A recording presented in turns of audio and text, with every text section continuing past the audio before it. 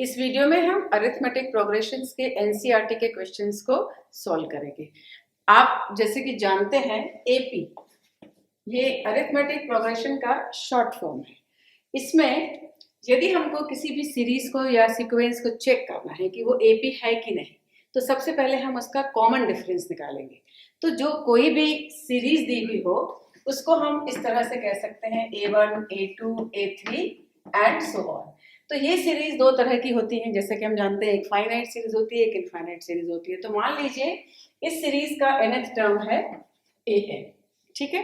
अब ये तो सीरीज ऑलरेडी दी है एपी, लेकिन यदि कोई सीक्वेंस दी है और हमें चेक करना है कि वो एपी है कि नहीं, तो उसके लिए हम दो कंसेक्यूटिव टर्म्स, कंसेक्यूटिव का मतलब एक के बाद एक जो आती है, A2 माइनस A1, इसका हम डिफरेंस देखेंगे।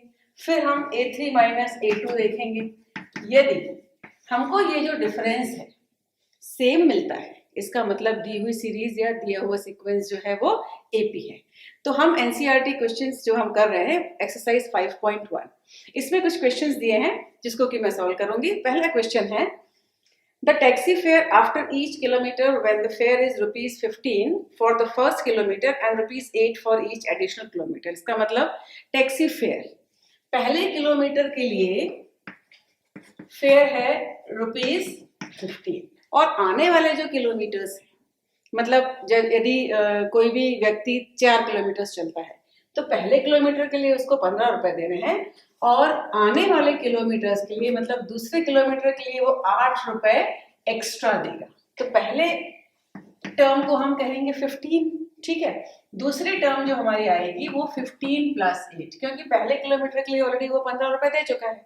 दूसरे किलोमीटर के लिए वो 15 प्लस 8 मतलब 23 रुपए देगा। इसी तरह से तीसरे किलोमीटर के लिए ये ऑलरेडी 15 किलोमीटर दे चुका था, 15 रुपए दे चुका था। अब तीसरे किलोमीटर के लिए भी वो 2 टाइम्स मतलब 2 टाइम्स ऑफ 8, क्यों 15 प्लस 8 प्लस 8, क्योंकि हर किलोमीटर के लिए कितना रुपए लग रहा है 8 रुपए। तो ये नई आपके जो टर्म हुई वो क्या हुई, 23 पहले से था, इसमें हमने यदि 8 और जोड़ा तो ये हुआ 31। यदि ये जो हमारी टर्म्स आई ये हमारी A1 है, ये A2 है और ये A3 है। तो आइए चेक करते हैं, यदि A2 माइनस A1 और A3 माइनस A2 सेम ही हुआ तो हम कहेंगे कि ये AP है। तो इसमें A2 माइनस A1 वो होगा आपका 23 माइनस 15 जो कि 8 है। इसी तरह से A3 माइनस A2 जो कि 31 माइनस 23 है वो भी 8 है। हम देख रहे हैं कि हर टर्म 8 से ही बढ़ रही है, इसीलिए हम कह सकते हैं कि ये जो हमारी सीरीज बनी ये एपी है। Question 1 second part, the amount of air present in a cylinder when a vacuum pump removes 1/4 of the air remaining in the cylinder at a time. It means cylinder में कुछ air है, उसमें से हम उसका 1/4 subtract कर देंगे, तो जो बची हुई एयर है अगली बार उसका 1/4 सब्ट्रैक्ट करेंगे तो हमारे पास कुछ एयर बचेगी। वो जो एयर बचेगी वो हमारी टर्म्स हो जाएंगी सीरीज की। उन टर्म्स को हम चेक करेंगे कि ये एपी बनती है कि नहीं। तो सबसे पहले जब हमें पता नहीं है कि सिलेंडर में कितनी एयर है तो हम क्या लेंगे, x, इतनी हमारे पास सबसे पहले एयर है, इसमें से हम इसका 1/4 सब्ट्रैक्ट करेंगे तो ये हो जाएगा x माइनस x अपॉन 4। इसमें x means x upon 1, LCM आया 4, ये हो जाएगा 4x माइनस x, ये हुई 3x अपॉन 4। ये एयर बची क्योंकि हमने इसमें से क्या किया, x अपॉन 4 सब्ट्रैक्ट किया। अब इसका 1/4 हम इस रिमेनिंग एयर में से घटाएंगे। तो पहले हम देख लेते हैं कि 1/4 ऑफ 3x अपॉन 4 कितना हुआ, ये हुआ 3x अपॉन 16। मीन्स जो रिमेनिंग एयर है उसमें से हम 1/4 ऑफ रिमेनिंग सब्ट्रैक्ट करेंगे तो वो हमारी नई टर्म बनेगी।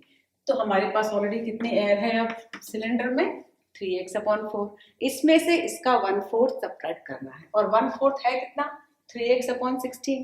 तो जब हम इसको इसमें से सब्ट्रैक्ट करेंगे तो यहाँ एलसीएम आया 16, ये 4 टाइम्स, सो 12x माइनस 3x। ये 12x कैसे आया, 16 4 का एलसीएम 16, ठीक। तो ये 4 टाइम्स 4 3 12, ये आया हमारे पास 9x/16, यानी अब कितनी रिमेनिंग एयर बची सिलेंडर में? 9x/16। तो ये हमें क्या दे रहा है? जो बची हुई एयर है ये एक टर्म है, ये एक मेंबर है उस सीक्वेंस का और सीरीज का। ये तीनों हम रिप्रेजेंट कर सकते हैं A1, A2 और A3 से। इसके बाद हमें चेक करना है कि ये जो तीनों टर्म्स सीरीज की हैं ये AP बना रही हैं कि नहीं। तो AP बनाने के लिए हमारे पास क्या कंडीशन है? A2 minus A1 should be equal to A3 minus A2। So हमारे पास A1 क्या है? जो पहले हमारे पास एयर थी, सबसे पहले एयर कितनी थी सिलेंडर में? X। इसके बाद हमारे पास कितनी सिलेंडर में एयर बची? 3x/4। फिर तीसरी बार हमारे पास जब हमने घटा दिया इसका 1/4, कितनी बची? 9x/16। तो इसके बाद हम कैलकुलेट करेंगे D, और यदि D difference of to consecutive terms same आता है तो ये बनी हुई सीरीज क्या होगी? AP। तो आइए देखते हैं D जो हमारा है वो सेम आता है कि नहीं। पहला A2 माइनस A1, A2 क्या है? 3x/4, A1 x, x means x/1। LCM 4, 3x minus 4x, ये हुआ -x/4। ये कॉमन डिफरेंस दोनों का हमने निकाला। इसी तरह से A3 minus A2, A3 9x/16 है और A2 है 3x/4। 16 and 4 LCM is 16. This will be 9x minus 4 3s are 12. So 9 minus 12 minus 3x/16. अब हम ये दोनों को देखें। ये हमारे पास डिफरेंस आया है A2 माइनस A1 का, और ये डिफरेंस आया है A3 माइनस A2 का। तो चूंकि -x/4 is not equal to -3x/16, it means क्या हुआ? A2 minus A1 is not equal to A3 minus A2। इसलिए जो हमारी ये सीरीज बनी ये AP नहीं। Question 1, third part. The cost of digging a well after every meter of digging, when it costs ₹150 for the first meter and rises by ₹50 for each subsequent meter। इसका मतलब पहले जो मीटर की cost है किसी भी कुएं को खोदने की वो 150 रुपीज़ है। उसके बाद आने वाला हर जो मीटर खुदता है उसके लिए 50 रुपए। तो पहले जो टर्म हुआ हमारा वो पहले मीटर की कॉस्ट हुई जो कि ₹150। अब आने वाला हर मीटर, यदि हम इसको इस तरह से देखें कि ये पहला मीटर था, इसके लिए 150 रुपए, और हर आने वाले अगले मीटर के लिए 50 रुपए, फिर इस मीटर के लिए भी 50 रुपए, यानी इसमें हम 50 जोड़ें फिर 50 जोड़ें तो हमारी अगली टर्म्स क्या आती जाएंगी? सेकेंड टर्म जो होगी वो फर्स्ट टर्म प्लस 50 रुपए, इसका मतलब 200 रुपीज। फिर जो थर्ड टर्म होगी वो होगी 200 प्लस 50 मीन्स 250। तो इस तरह से जो टर्म्स बनेंगी ये होंगी 150, 200, 250। अब हमें चेक करना है कि ये जो टर्म्स बनी हैं ये AP फॉर्म कर रही हैं कि नहीं। तो इसके लिए ये A1, ये A2, ये A3, ये AP तब होगी जब A2 minus A1 is equal to A3 minus A2 के होगा। तो let's check. A2 minus A1 200 minus 150 that is 50। इसी तरह से A3 minus A2 that is 250 minus 200, ये भी क्या मिला? 50। इसका मतलब ये जो टर्म्स आ रही हैं ये AP फॉर्म करती है। Question number 1, fourth part. The amount of money in the account every year when ₹10,000 is deposited at compound interest at 8% per annum।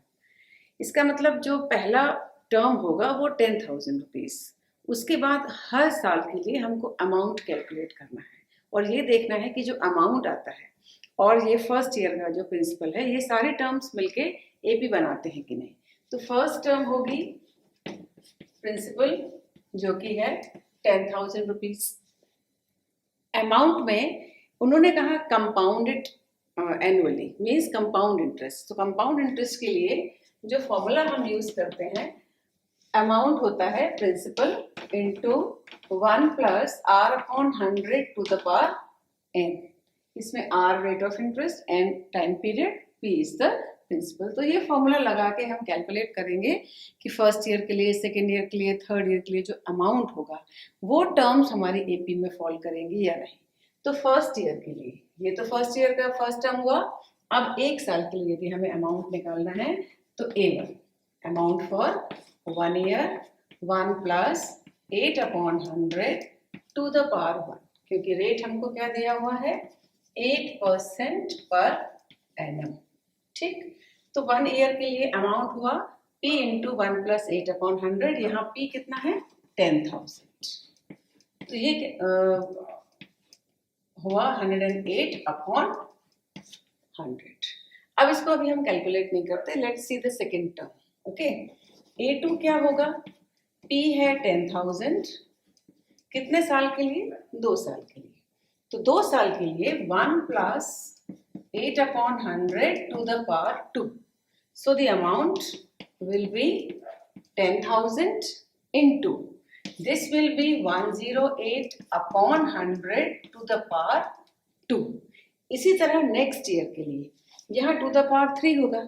अब यदि आप ऑब्जर्व करें, ये फर्स्ट टर्म होगी, ये सेकेंड टर्म होगी और ये थर्ड टर्म होगी। तीनों में यदि हम कंपेयर करें तो तीनों क्वांटिटीज अलग होंगी, क्योंकि ये 1 टाइम 108 अपॉन 100, ये 2 टाइम 108 अपॉन 100, तो डेफिनेटली इनका डिफरेंस सेम नहीं होगा। इसलिए ये जो एपी बनेगी, इसलिए जो ये सीरीज बनेगी वो एपी नहीं होगी, क्योंकि इसमें से यदि हम इसको सब्ट्रैक्ट करेंगे और इसमें से यदि हम इसको सब्ट्रैक्ट करेंगे तो वो डिफरेंस सेम नहीं आएगा। इसलिए द फॉर्म्ड सीरीज जो कि 10,000, इसके बाद 10,000 इंटू 108 अपॉन 100 और थर्ड होगी 10,000 into 108 into 108 upon this much. तो ये तीनों टर्म्स हमारी एपी नहीं फॉर्म करेंगी। Question number 2, write first 4 terms of the AP when the first term a and the common difference are given. इस क्वेश्चन में ए और डी दिए हुए हैं, हमको फर्स्ट 4 टर्म्स लिखनी है। तो यदि हम एपी देखें, एपी होती है हमारी ए प्लस डी, ए प्लस 2d, ए प्लस 3d। यानी यदि हमारे पास ए और डी है तो आराम से हम इसकी टर्म्स लिख सकते हैं। तो इसमें कुछ क्वेश्चंस हैं जो मैं डिस्कस करूंगी आपसे। First question, a is equal to 10 and d is equal to 10, तो it's easy job. A is equal to 10 और d is also equal to 10। इसमें आप फर्स्ट टर्म होगी 10, 20, 30, 40, इस तरह से आपको डी जोड़ते जाना है, वो अपने नेक्स्ट टर्म होती जाएगी। सेकेंड पार्ट में a is -2 and d is 0। यदि इसको आप ध्यान से देखें तो जो d की क्वालिटीज यानी कैरेक्टरिस्टिक्स हैं, d पॉजिटिव भी हो सकता है, नेगेटिव भी हो सकता है और 0 भी हो सकता है। यदि d 0 है इट मीन्स सारी टर्म्स सेम है। तो फर्स्ट टर्म भी -2 है, सेकेंड टर्म भी -2 है, थर्ड भी, इस तरह से जितनी भी टर्म्स होंगी वो सारी सेम होंगी बिकॉज d इज 0। नेक्स्ट है d नेगेटिव है और a पॉजिटिव है। इसमें a 4 है और d -3। तो जिस तरह मैंने आपको बताया कि d पॉजिटिव, नेगेटिव और 0 तीनों में से कोई भी हो सकते हैं, तो यहाँ पर d नेगेटिव है। तो यदि d नेगेटिव है, इसको हम यदि इसमें जोड़ेंगे तो a इज 4, तो a plus d, 4 plus -3 it means 4 -3, तो नेक्स्ट टर्म क्या आई 1। इसी तरह ये ऑलरेडी 1 हमारे पास है, इसमें यदि हम -3 और ऐड करेंगे तो नेक्स्ट टर्म आई -2। फिर इस -2 में यदि हम -3 और ऐड करेंगे तो ये आई -5। इट मीन्स फर्स्ट टर्म हमारी क्या हुई 4, सेकेंड टर्म हमारी क्या हुई a प्लस डी, जो कि हमारे पास क्या आया 1, थर्ड टर्म -2 और उसके बाद आया -5। तो सीरीज क्या बनी हमारी 4 1 -2 -5। क्योंकि हमारी ये जो d है ये नेगेटिव है, इसलिए आप देखेंगे कि ये जो टर्म है, ये जो टर्म्स आ रही हैं, ये नेगेटिव टर्म्स भी इसमें आएंगी। मीन्स ये डिसेंडिंग ऑर्डर में अपने एपी बनेगी। Question number 2, fourth part. a is -1 and d is given 1/2। अब बहुत केयरफुली आपको ये करना है जब d फ्रैक्शनल वैल्यू हो या डेसिमल वैल्यू हो।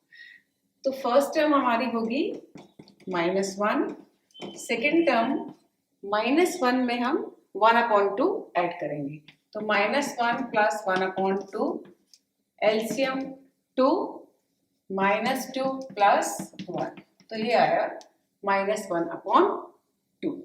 इसके बाद नेक्स्ट टर्म जो होगी -1/2 + d, और d कितना है 1/2। So same quantity opposite science, ये आपस में कैंसिल हो जाएंगे, तो नेक्स्ट टर्म क्या हुई 0। और फोर्थ टर्म होगी हमारी 0 + 1/2, तो दैट इज 1/2। तो सीरीज क्या हुई हमारी -1, ये हमारा फर्स्ट टर्म हुआ, सेकेंड टर्म हुई -1/2 और थर्ड और फोर्थ टर्म्स हुई 0 and 1/2। द फिफ्थ पार्ट जो है इसमें डेसिमल है। जब हम डेसिमल का एडिशन करेंगे, जैसे मैं आपको बोला कि आपको थोड़ा केयरफुल रहना है जब फ्रैक्शनल और डेसिमल वैल्यूज होती हैं। तो let's do the fifth part, the last part.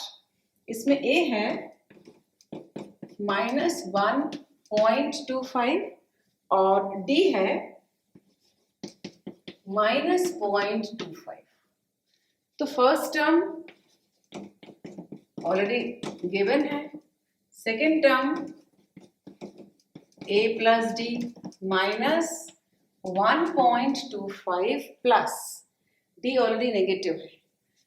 तो दोनों वैल्यूज जब नेगेटिव है, बोथ आर नेगेटिव, आंसर भी नेगेटिव होगा। तो ये नेगेटिव, इसमें जब आप 25 ऐड करेंगे तो दिस विल बी 1.50। इसी तरह से जो नेक्स्ट टर्म होगी, नेक्स्ट टर्म इजीली आप 25 में 25 जोड़ेंगे तो 50, फिर 50 में आप 25 जोड़ेंगे तो ये आपका हो जाएगा थर्ड टर्म -1.50 प्लस -0.725। ये दोनों टर्म्स नेगेटिव है, इसलिए आंसर भी इसका फिर से नेगेटिव आएगा।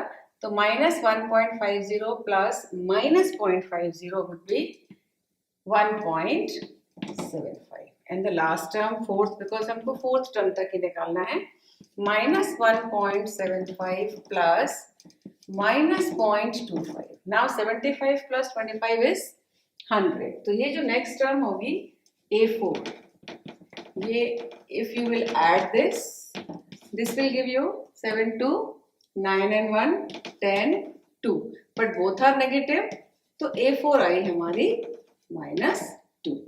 So A1 is -1.25, A2 is -1.50 over 5, A3 is -1.75 and A4 is -2। इस तरह इस क्वेश्चन में क्या देखा हमने, यदि फर्स्ट टर्म और डी दिया और आपने अलग अलग तरह के क्वेश्चंस देखे, D positive, D negative, D 0, D fractional value या डी डेसिमल, इसमें हमने देखा हम चारों पांचों कितनी भी टर्म्स जितनी भी आपसे पूछें वो आप ए में यानी फर्स्ट टर्म में डी जोड़ेंगे तो सेकेंड टर्म में डी जोड़ेंगे तो थर्ड टर्म, इस तरह से हम नंबर ऑफ टर्म्स लिख सकते हैं।